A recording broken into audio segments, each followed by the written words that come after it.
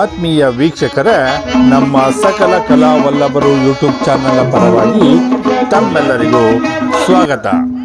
ಬಿಕ್ಕಲಹಳ್ಳಿ ಜಾತ್ರಾ ಮಹೋತ್ಸವ ಅಂಗವಾಗಿ ನಡೆದ ಶ್ರೀಕೃಷ್ಣ ಸಂಧಾನ ನಾಟಕದ ಕೆಲವು ಸನ್ನಿವೇಶಗಳನ್ನು ನೋಡುತ್ತಾ ಸಾಗೋಣ. ನಾನು ಈ ದಿನ ಪಾಂಡವರ ರಾಯಭಾರಿಯಾಗಿ ಬಂದಿರುವೆನು. ಅವರು ಕಳಿಸಿರುವ ಸಂದೇಶವನ್ನು ನಿಮ್ಮ ಮುಂದೆ ಇಡುವುದು ನನ್ನ ಅಭಿಮತ. ಗುರು ಪಾಂಡವರ ಭವಿಷ್ಯ ರಾಜ್ಯಕಾರ್ಯ ವ್ಯವಸ್ಥೆಯು ನಿರ್ಣಯಿಸಲ್ಪಡಬೇಕಾಗಿರುವುದರಿಂದ ಈಗ ನಿಮ್ಮ ಮುಂದೆ ಇಡುವ ಪ್ರಶ್ನೆಗಳನ್ನು ಮರುಪೂರೈಸಿ ಗಮನಿಸಬೇಕು. ಈ ವಿಷಯದಲ್ಲಿ ಉತ್ಪ್ರೇಕ್ಷೆ, ಪಕ್ಷಪಾತ, ಅಸಂಬಂಧ ಪ್ರಲಾಪ, ಆತುರ ಇವುಗಳನ್ನು ತ್ಯಜಿಸಿ ತೀರ್ಪು ಕೊಡಬೇಕಾಗಿರುವುದು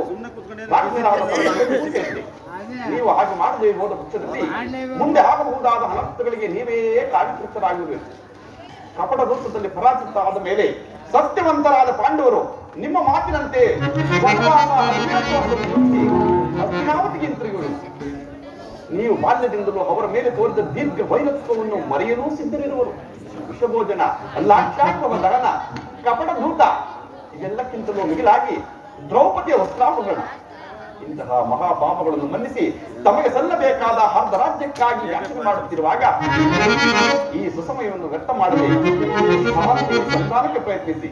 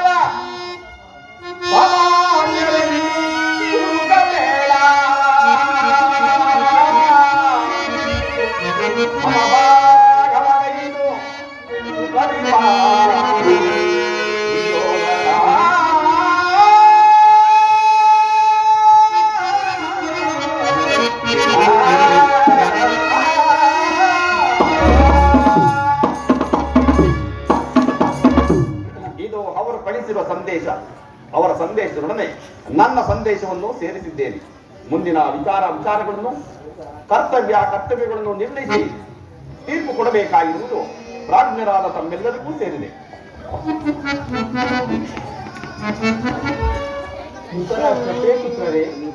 ದ್ರೋಣಾದಿ ಪ್ರಮುಖರೇ, ಸಭಾಸದರೇ, ಶ್ರೀಕೃಷ್ಣ ಪರಮಾತ್ಮನು ನಿಮ್ಮ ಮುಂದೆ ನಿರೂಪಿಸಿದ ರಾಜಕಾರ್ಯವನ್ನು ನೀವೆಲ್ಲರೂ ಕೇಳಿದಿರಲ್ಲವೇ? ಅದರಂತೆ ನಡೆಯುವಿರೆಂದು ನಾನು ಭಾವಿಸುತ್ತೇನೆ.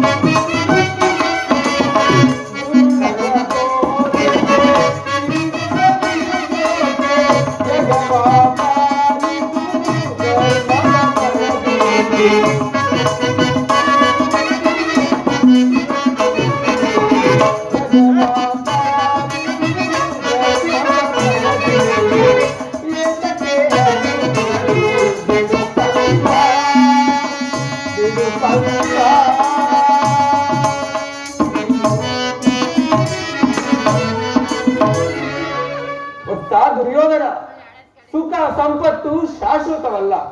ಶಾಂತಿ ಸಂಧಾನಕ್ಕಾಗಿ ಬಂದವರನ್ನು ಸಮರೋತ್ಸಾಹಿಗಳನ್ನಾಗಿ ಮಾಡಬೇಡ. ಪಾಂಡವರೇನು ಅನ್ಯರೇ, ಅವರು ನಿನ್ನ ಸಹೋದರರೇ. ನಿಮ್ಮಲ್ಲಿ ಈ ವಿರೋಧ ಬೇಕೆ? ದುರಭಿಮಾನವನ್ನು ಬಿಟ್ಟು ಅವರಿಗೆ ನ್ಯಾಯವಾಗಿ ಸಲ್ಲಬೇಕಾದ ಅರ್ಧ ರಾಜ್ಯವನ್ನು ಕೊಟ್ಟು ಅವರನ್ನು ಆಧರಿಸು. ಇದೇ ನನ್ನ ಅಭಿಮತ. ದುರ್ಯೋಧನ ಬೇಡ ದುರುಕುತನ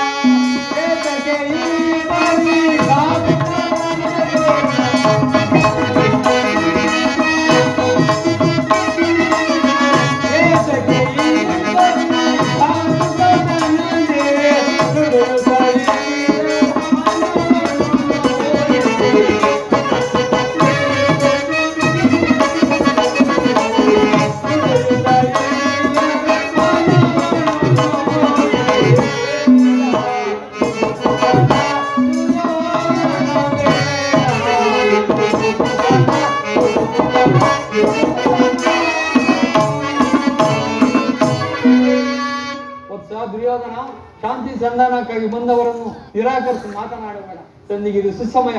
ಹಠದಿಂದ ಅದನ್ನು ಧಿಕ್ಕರಿಸಬೇಡ. ಪಾಂಡವರನ್ನು ಹನ್ಯರೇ, ನಿನ್ನ ಚಿಕ್ಕಪ್ಪನ ಮಕ್ಕಳಲ್ಲವೇ. ಈ ರಾಜ್ಯದ ಮೇಲೆ ನಿನಗೆ ಎಷ್ಟು ಅಧಿಕಾರವಿದೆಯೋ ಅಷ್ಟೇ ಅಧಿಕಾರ ಪಾಂಡವರು ಇವೆ. ಶ್ರೀ ಕೃಷ್ಣನ ಮಾತಿನಂತೆ ಪಾಂಡವರಿಗೆ ಕೊಡಬೇಕಾದ ಆ ರಾಜ್ಯವನ್ನು ಕೊಟ್ಟು ಅವರನ್ನು ಆಧರಿಸು. ಇದು ನನ್ನ ಅಭಿಮತ.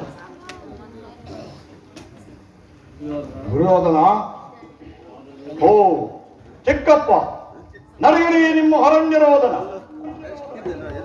ಹೌದು ದುರ್ಯೋಧನ, ನನ್ನದು ಅರಣ್ಯರೋಧನ. ಏನು ಮಾಡಲಿ?